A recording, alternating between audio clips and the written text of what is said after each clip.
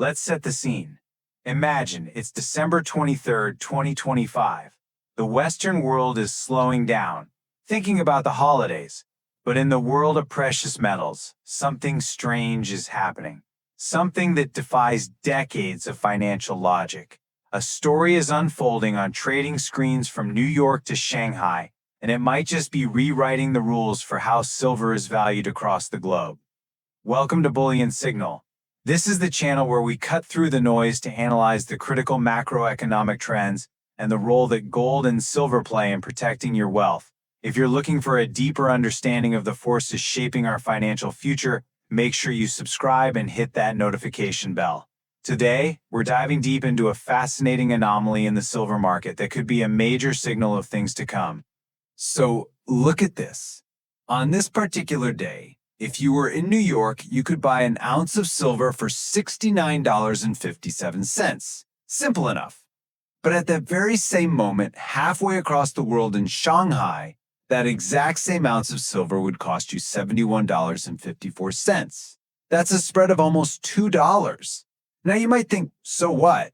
But in a global interconnected market for a commodity, a gap that wide is like seeing water flow uphill. It just shouldn't happen.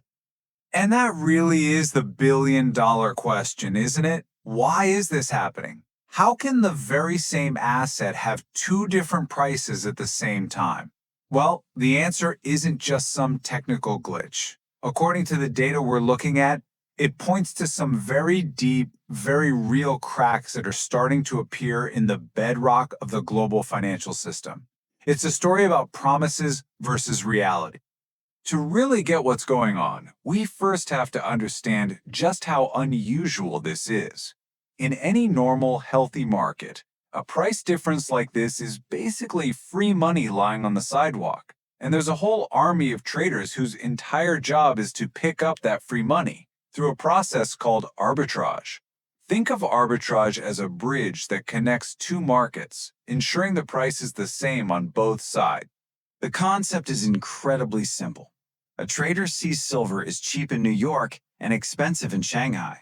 So they buy it in New York, ship it to Shanghai, sell it for that higher price, and pocket the difference. This buying pressure in New York and selling pressure in Shanghai should, very quickly, slam that price gap shut. It's a self-correcting mechanism. But here's the problem. That bridge, the one that's supposed to connect these two markets, it appears to be broken. And we know it's broken because this isn't some fleeting one-minute glitch. You can see here, this has been building for weeks.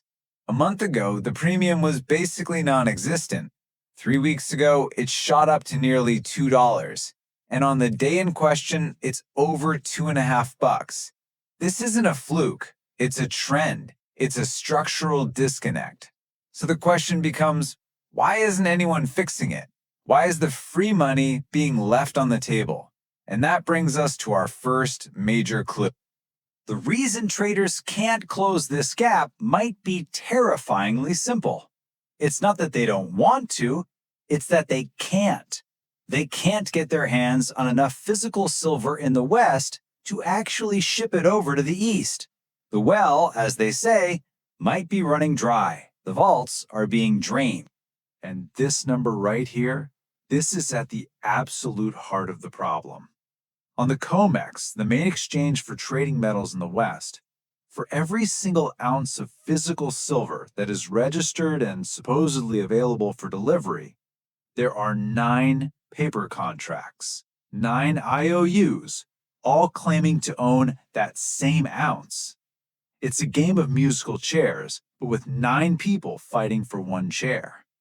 As long as the music plays and nobody tries to sit down, everything's fine. But someone is starting to demand a chair. Let's put that in real numbers to see how wild this is. You've got about 100 million ounces of registered deliverable silver, but you have over 900 million ounces worth of paper claims or open interest stacked against it. The entire system functions on the belief that the vast majority of traders will just settle their contracts for cash. But that price premium in Shanghai is screaming that a growing number of players don't want the cash anymore. They want the metal. And this isn't just some problem isolated to New York. The drain is happening everywhere. We're seeing massive daily outflows from the Shanghai exchanges. The Shanghai Gold Exchange, which also trades silver, saw 29 tons walk out the door in a single week. And look at the COMEX. Over 60% of the available registered silver had delivery notices slapped on it in just 4 days. The physical stockpiles that underpin this entire paper game are vanishing at an incredible rate. This leads us right to our second clue. This isn't just about empty shelves. It's about a fundamental schism, a fracture between two different silver markets, the paper market and the physical market. And right now we're seeing a power struggle for who's really in charge of setting the price. So, for decades, the world has looked to the paper market, places like the COMEX, to tell us what the spot price of silver is. It's a world of futures contracts, algorithms, and high-frequency trading where very little physical metal ever changes hands.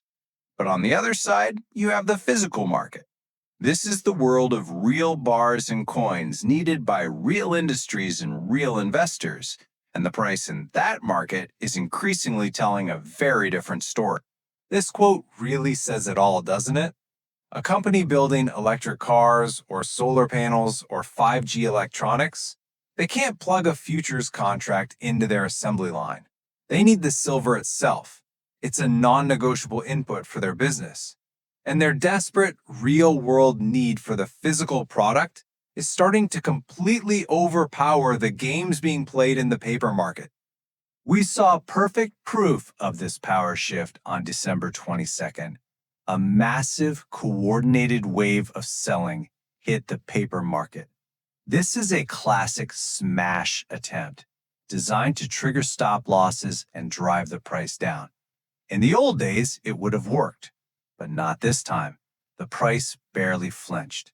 It dipped for a moment and then shot right back up. Why? Because as soon as Shanghai opened, the physical buyers there just shrugged.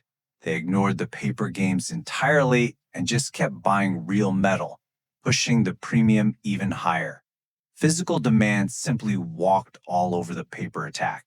So if physical demand is the new boss, who is the biggest buyer? Well, the data is very clear on this. The main engine driving this entire phenomenon is China's massive, relentless, and non-negotiable demand for industrial silver. This isn't about people stacking coins in their basement. This is about feeding the factories of the world's manufacturing superpower. To put this in perspective, China alone consumes about 30% of all the silver mined in the entire world each year. When a single player that big decides they need physical metal and they are willing to pay whatever it takes to get it, they don't just influence the market, they become the market. And the key economic concept here is something called inelastic demand. All that means is that they are not sensitive to price. They need the silver, period. If the price goes up a little, or even a lot, they still have to buy it to keep their multi-billion-dollar industries running. It's a must-have item. This puts it perfectly. Imagine you're the manager of a $100 million factory. Silver is a tiny fraction of your total costs, but without it, the entire production line grinds to a halt. Are you going to stop production, send thousands of workers home, and miss your deadlines because silver went up $2 an ounce? Of course not. It's a rounding error. You pay the premium, you get your metal, and you keep the factory running. And that decision, multiplied thousands of times over, is what is driving this price disconnect. And if there was any doubt that this is a deliberate strategy, look at this. China is about to make it official policy. They're bringing in new export rules specifically designed to keep silver produced inside China in China. They're building a strategic reserve, making sure their own industries have first claim on any available physical metal. They are battening down the hatches. Okay, so let's put all the pieces of this puzzle together. The price gap, the empty vaults, the failed paper attacks, the unstoppable industrial demand. What's the big picture here? The conclusion is that this disconnect isn't just a temporary quirk. It's a signal that the real world of physical supply and demand is finally taking control back from the abstract world of paper finance. So let's just recap the argument. First, the enduring price gap tells us the arbitrage bridge is broken. Second, the vaults are being emptied at an alarming rate, which is why the bridge is broken. Third, this is being driven by powerful, price-insensitive industrial demand that is soaking up every ounce it can find. And fourth, the old methods of using paper contracts to manipulate the price are losing their power. The physical market is refusing to listen. This really is the ultimate takeaway.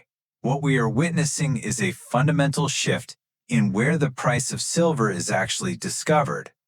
For decades, the answer was New York and London in the paper markets. But that era appears to be closing.